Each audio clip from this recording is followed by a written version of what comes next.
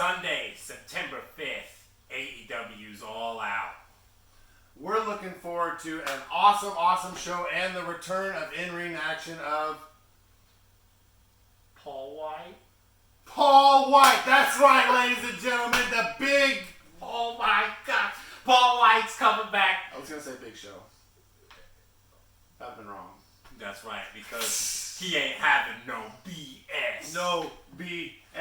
Anyway, no joking aside, we're here with a predictions video for you guys. Sorry we couldn't be there this year, but we do have, in a couple of days, we should have some pretty exciting announcements for you guys relating to AEW content. But until then, let's give you our predictions, starting with the pre-show. Got the Casino Battle Royale going on again with all females this time, which I think is a pretty nice change up. Why not? Spice it up. They had that all-women show earlier, and I think it's good to keep the momentum of that show. No doubt. So 21 women. They've announced about 3/4 of who's going to be in there, but there's going to be a lot of surprises, I'm guessing, now that the Forbidden Door's open. Who are you taking? I think Tay Conte is. They're getting her ready. You can tell on Dark the way they're making her present herself and how she's performing. This mother right here. I am also going for Tay Conte. Let's go back to that amazing match that she had with Hikaru Shida just a couple of months ago. And then the way she's being booked on Dark, we don't have Anna Jay right now, who I think was being groomed for that position, but Tay Conte is definitely a respectable replacement. And might I say, Tay Conte on Dark, when she is performing, is hitting her spots beautifully, squaring with the camera the way you like to see, and all in all, putting on a great show. So I think she's really going to be prepared for the situation and the role they're going to put her in if she should win the Battle Royale. All right, let's go ahead and move on now to the main card. Let's go ahead and talk about that first match we was just talking about. QT Marshall versus Paul White. I'm calling it now. Cody Rhodes joins the warehouse, comes out, puts Big Show, Paul White, whoever, through a table. Oh my gosh. So through a table. I think it's going to be Big Show punch, choke slam match over. He's calling it in under 1 minute, folks. You Absolutely. heard it here first. I think it's going to be devastation to QT's Nation. I think it's going to be a real quick match. I mean, he poured stuff on Tony Schiavone. You can't do that. Not without getting killed. And they need to put over Big Show strong here. We're building towards that Big Show Shaq match. Paul White for the win. All right, next up, let's talk about the women's world title match. We got Dr. Britt Baker. She's fighting Chris Statlander. Oh my God. I mean, unfortunately, I don't have a lot of interest in this match. I don't feel like Statlander's been built as the most credible threat to the red hot Britt Baker. Granted, Statlander is undefeated in singles wrestling. That is a little nugget caveat in there. Yeah, we are talking about AEW Dark Stats, so I always take those with a little grain of salt. They should track it separately. I agree. They're not the same. They're not equivalent. Kind of like how Shawn Spears has like 48 wins and he's like a B mid-tier wrestler at best. Britt Baker's reign is going to be very, very long. Muy grande. So there is no way she is dropping the belt. So I'm taking Britt Baker. Britt Baker. It seems all too obvious. It would be really shocking if anything but Britt Baker. Because she has to drop the title to her deathmatch unsanctioned buddy later on. It's coming. Bold prediction.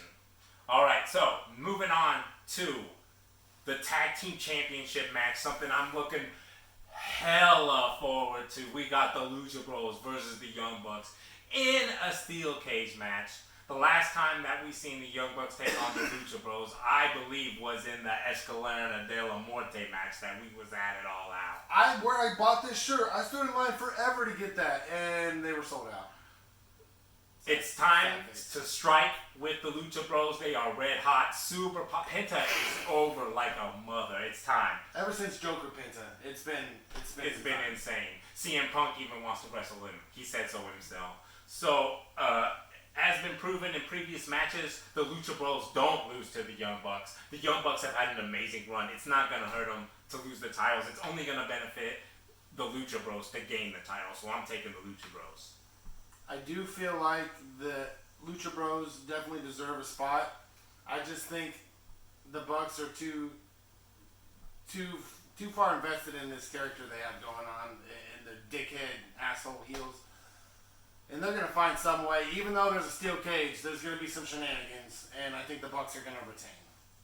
Spicy picks. Wow. A lot of divided stuff going on here, a lot of Peach Productions, but let's talk about one thing that I think we both can agree on. Jon Moxley versus Satoshi Kojima. Who gives a crap? Who gives a crap? I understand that we have to keep this New Japan door open and keep things going on here, and we couldn't get Tanahashi, obviously, for reasons of keeping the United States title holder of New Japan strong. So many wrestlers they could have picked. Many wrestlers. And they bring us Satoshi Kojima, who is older than your dad. I've seen him wrestle on Impact, and I hate to tell you this, he's got about 3 moves. He's got the chops, he's got the big, and I think he's got like a scoop slam. But Jon Mox is gonna annihilate this dude. I think it's a nothing match, and I think it's a bad look for All Out. This should have been done on Dynamite. They could have got way better talent. I feel like 2/3 of the roster in New Japan would have been a better opponent over Grant Paul Malone. I hate to knock AEW on that one, but I'm just not looking forward to that match. All right. Well, we got that out of the way. All right, let's talk about a highly anticipated match. Let's talk about Darby Allin with Sting versus the returning CM Punk. Yep, we said it. He's back. This is why we have garbage Jon Moxley match, because they know they can get away with it. And honestly, I see what they're doing, but I am excited about the CM Punk return. I think he's going to definitely crush your boy Darby. He doesn't stand a chance, without a doubt. CM Punk. CM Punk is definitely going over in this match. If you have any thoughts otherwise, you're absolutely wrong. Darby might try to kill himself here. This is like the biggest opportunity Darby has ever had in his freaking life. So expect insane 20-foot plus spot. Insane stuff is coming from Darby. I 20-foot plus guarantee spot. it. I hope that CM Punk ends up destroying Sting too, because CM Punk versus Sting, I don't know why, but I want to see it. They're not gonna. They're gonna have a stare down, but nothing physical. Yeah, absolutely right. But I'm hella looking forward to this match. You know CM Punk is gonna win. I can't wait to see what comes after. All right. Yeah. All right. So a match that I'm also looking forward to: the TNT champion, God's chosen champion, the Redeemer, Miro versus Eddie Kingston, the Mad King.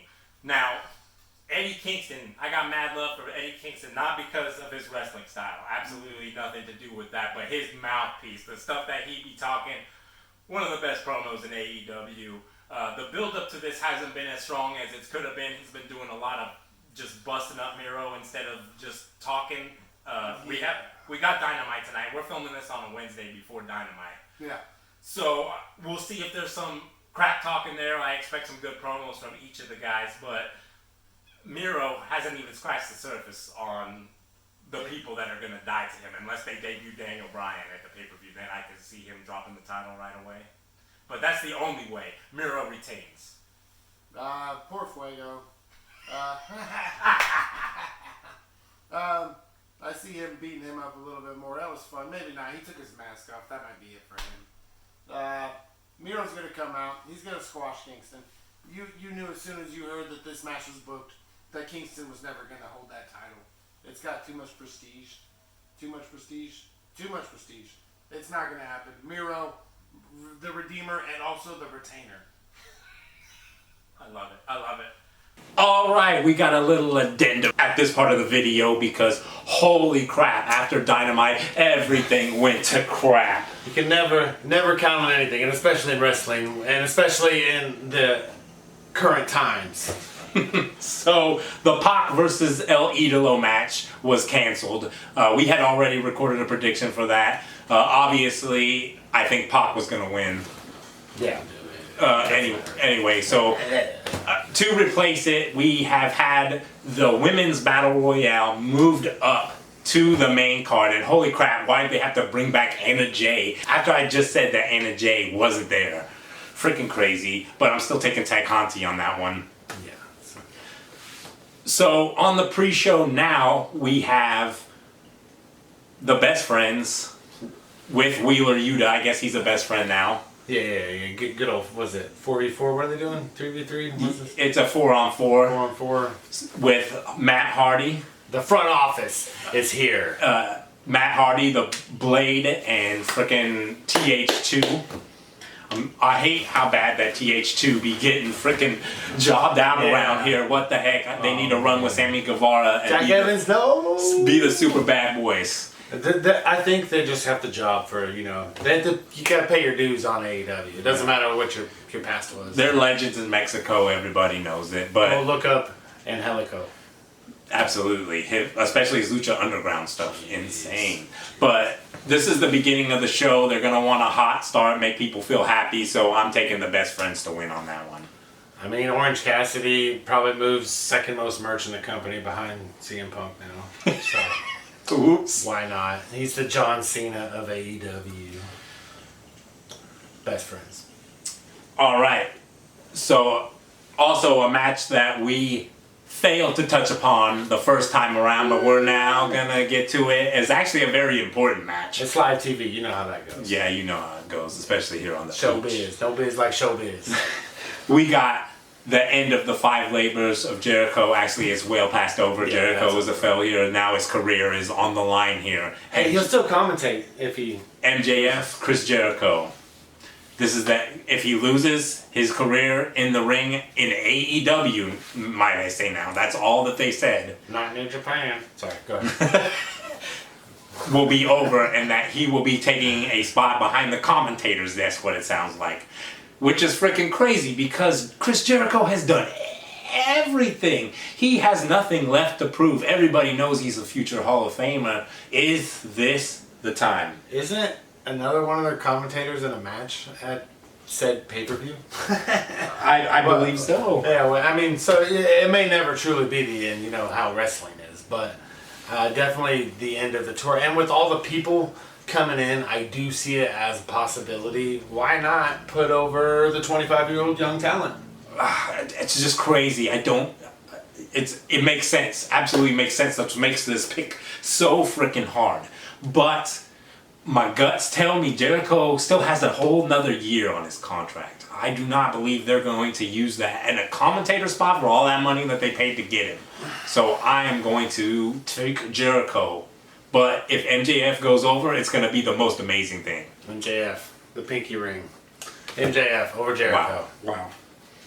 I see no reason why not. The AEW has shown time and time again that they want to make stars.